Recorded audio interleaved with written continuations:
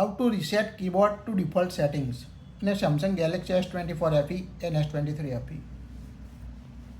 Open the app drawer on your device. Tap the settings app. Now when you open keyboard, you can change the keyboard setting like keyboard size, keyboard layout, keyboard border, anything else. And if you want to get back your default keyboard theme, to enable or disable it, you need to go to settings. Scroll down up to general management. Tap on general management. Now tap on a Samsung keyboard list and default option. Here you can see the Samsung keyboard option. Tap on it. Now again scroll down until you can find the reset to default settings at the bottom.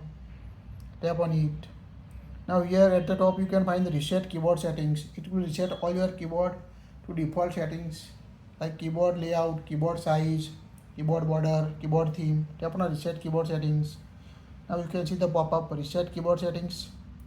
Downloaded language won't be deleted, so you don't need to download again language if you download multiple languages for keyboard. Now tap the reset button to reset keyboard settings on a Samsung S24 FE. And now reset your keyboard. It's quite easy to reset keyboard to default settings on a Samsung devices. That's it.